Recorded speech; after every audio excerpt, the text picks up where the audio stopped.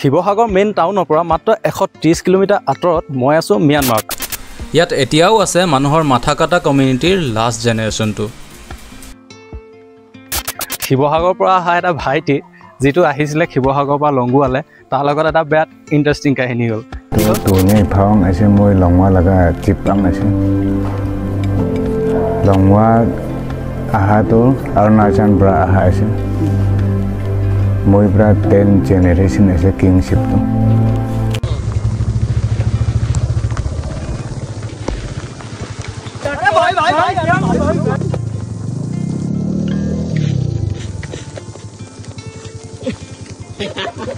আজি আমি গৈ আছোঁ লংগুৱা ভিলেজ, যিটো আছে ম্যানমাৰ আৰু ইণ্ডিয়াৰ বৰ্ডাৰৰ মাজত। আমি বৰ্তমান পাইছোঁ এই সোণাৰী, আৰু সোণাৰীৰ পৰা আপোনাৰ সোঁহাতে যদি আমি সোমাই দিওঁ, এইটো ডাইৰেক্ট নাগালেণ্ডৰ মন ডিষ্ট্ৰিক্টত ওলামগৈ।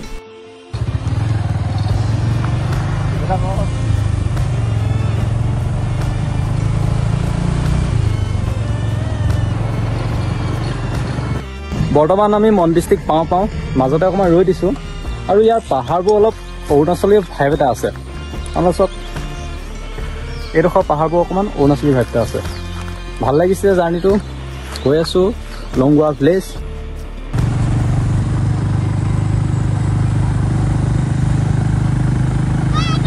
Bye bye.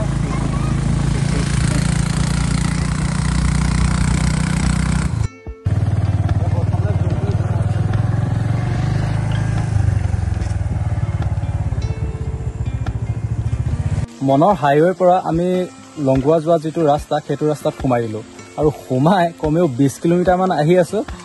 এখন গাড়ী নায়েই, এটা মানুহ দেখা পোৱা নাই। জেগাবোৰ দেখিছেই, পুৰা এইফালে আপোনাৰ জংঘল টাইপ হৈ আছে। লগৰটোক কৈছোঁ ইয়াত বাঘ এটা ওলালে এতিয়া কি কৰিম, উপায় নাই, যাবগৈ লাগিব।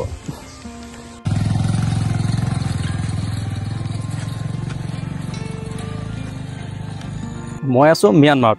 হয়, মই আছোঁ লংগুৱা ভিলেজ, যিটো এটা ইণ্টাৰনেশ্যনেল বৰ্ডাৰ এখন গাঁৱৰ মাজেৰে গৈছে। এটা ছাইড ম্যানমাৰ আৰু এটা ছাইড ইণ্ডিয়া, আৰু এইটো হৈছে ইয়াৰ ৰজাঘৰ। এই ৰজাঘৰৰ মাজেদিয়ে আপোনাৰ ইণ্টাৰনেশ্যনেল বৰ্ডাৰটো গৈছে, আৰু এই এটা ছাইড আপোনাৰ ম্যানমাৰ দেখিছে ন, আৰু এইটো ছাইড হৈছে নাগালেণ্ড, মানে আমাৰ ইণ্ডিয়া। আৰু ভণ্টি, তোমালোকৰ ঘৰ ক'ত? ইণ্ডিয়া নে ম্যানমাৰ? ইণ্ডিয়া। কেনেকুৱা লাগে ইয়াত থাকি? অসমীয়া বুজি পোৱা নাই, নাগামিজ জানে। ঠিক আছে বাৰু।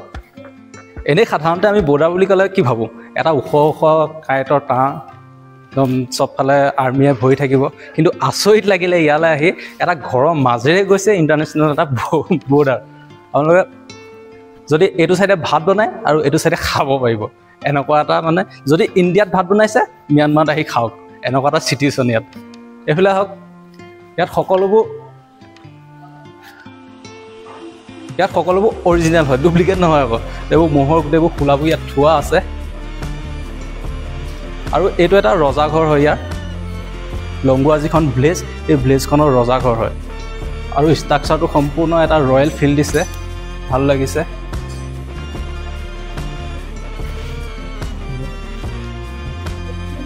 ये ओरिजिनल है क्या? মিথুন লগা চামৰা আছে, আৰু এইটো হৰ্ণবিল লগা মাথা আছে। যাতে ভাতটো যাতে বনায়, কিচেন, মেইন কিচেন আছে।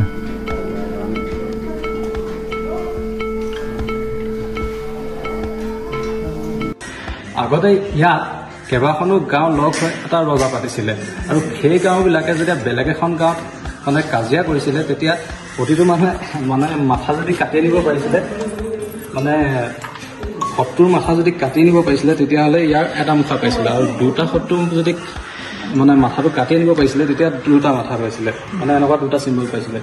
ই আগতে এটা বেজৰ কাম কৰিছিলে, মানে এটা কি বুলি কয়, মেডেলৰ কাম কৰিছিলে, যে এটা মাথা কাটি আনিব পাৰিলে এটা মুখ পাব, দুটা মাথা কাটি আনিব পাৰিলে দুটা মুখ পাব। কিন্তু আজিকালি সেইটো নাই বাৰু, আজিকালি এইটো শ্ব'ৰ কাৰণে পিন্ধে এইটো বস্তু।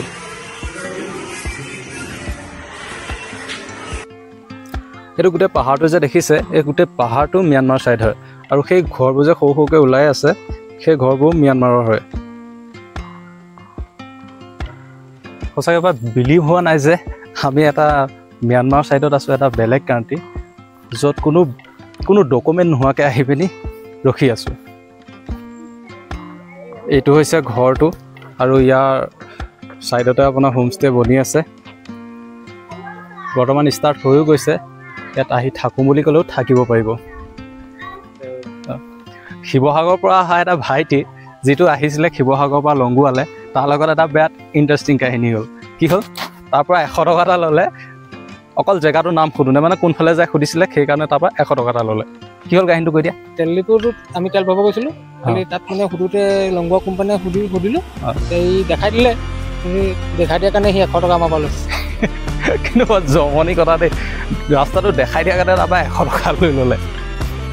সেইকাৰণে আচলতে নাগালেণ্ডলৈ আহিবলৈ বহুতে ভয় কৰে আৰু অৰুণাচললৈ যাবলৈ চবে মানে পটককৈ অৰুণাচললৈ গুচি যায়, কিন্তু নাগালেণ্ডলৈ বুলি ক'লে অলপ ভয় কৰে। সেইবোৰ কাৰণতে চাগে। অলপ আগলৈকে ইয়াত পূৰা ৰ'দ দি আছিলে, কিন্তু ঘপককৈ ক'ৰ পৰা ডাৱৰ অলপ গুচি আহিলে নাজানো, পূৰা কুঁৱলী কৰি পেলালে, হয়তো বৰষুণো দিব পাৰে। এইটো ৰাস্তাত এখন ম্যানমাৰৰ স্কুলৰ ফালে যায়, সেই ম্যানমাৰৰ স্কুলখন চাবলৈকে গৈ আছোঁ আমি এতিয়া ম্যানমাৰৰ ছাইডে আহি আছিলোঁ। আহি থাকোঁতে বৰষুণ দিলে আৰু ৰ'বলগীয়া হ'ল। ইয়াতে যিমানবোৰ দোকান আছে, এই দোকান চব আপোনাৰ ম্যানমাৰৰ হয়। আৰু এইফালে এখন স্কুল আছে যিখন ম্যানমাৰত আছে, কিন্তু ইয়াত ইণ্ডিয়াৰ ফালে থকা যিবোৰ ল'ৰা ছোৱালী, সেইবোৰ ল'ৰা ছোৱালী ইয়াত পঢ়িবলৈ আহে। আৰু ইয়াত সেই স্কুলখনকে চাবলৈ আহিছিলোঁ, কিন্তু ইয়াত বৰষুণ দিলে সেইফালে ৰখি দিলোঁ। আৰু আজি ছানডে চব বন্ধ আছে, নহ'বা কিবা কিবি খাব পৰা গ'লহেঁতেন ম্যানমাৰৰ দোকানতে, চাহ পৰঠা কিবা কিবি। কিন্তু আজি ছানডে আমাৰ মানে বেটলাক যে দোকানবোৰ বন্ধ, খাবলৈ আছে। ম্যানমাৰৰ স্কুলৰ ফালে আমি সোমাই আহিছোঁ। বৰষুণ দবা পিটা দি আছে, তথাপিও সোমাই আহিছোঁ, জেউৰা ওপৰেদিয়ে সোমাই আহিছোঁ। ইয়াত ঘৰটো বহুত পুৰণা নিচিনাই লাগিছে। ওপৰত আপোনাৰ যিখন ছাইনবোৰ্ড লাগিছে, ছাইনবোৰ্ডখনত আপোনাৰ ম্যানমাৰ ভাষাতে লিখা আছে। আৰু ইয়াতো এখন আপোনাৰ কিবা এখন লিখি থোৱা আছে, ইণ্ডিয়া ম্যানমাৰ ফ্ৰেণ্ডশ্বিপ প্ৰজেক্ট। আৰু আচ্ছা, এখন আপোনাৰ ইণ্ডিয়া আৰু ম্যানমাৰ লগ হৈ পিনি স্কুলখন বনাইছিলে। ব'লকচোন ভিতৰৰ পৰিৱেশটো চাওঁ অলপ কি হৈ আছে।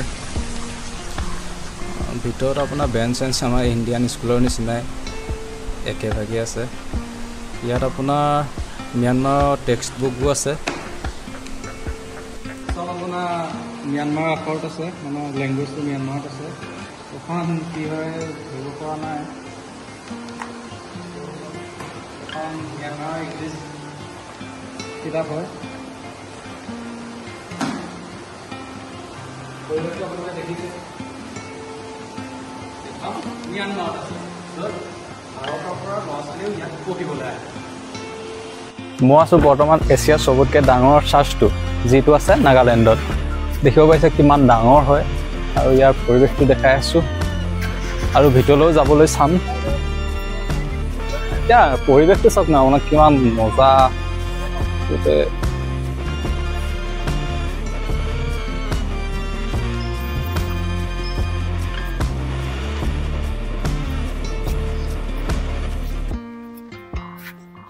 ইয়াত এটা বৰ বেলেগ ভাইব, মানে শান্তি পৰিৱেশ।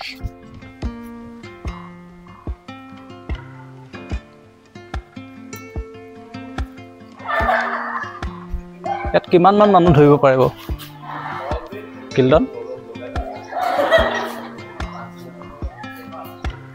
5000 চামথিং ইয়াত মানুহ ধৰিব মোৰ আন্দাজ। বহুতেই ডাঙৰ।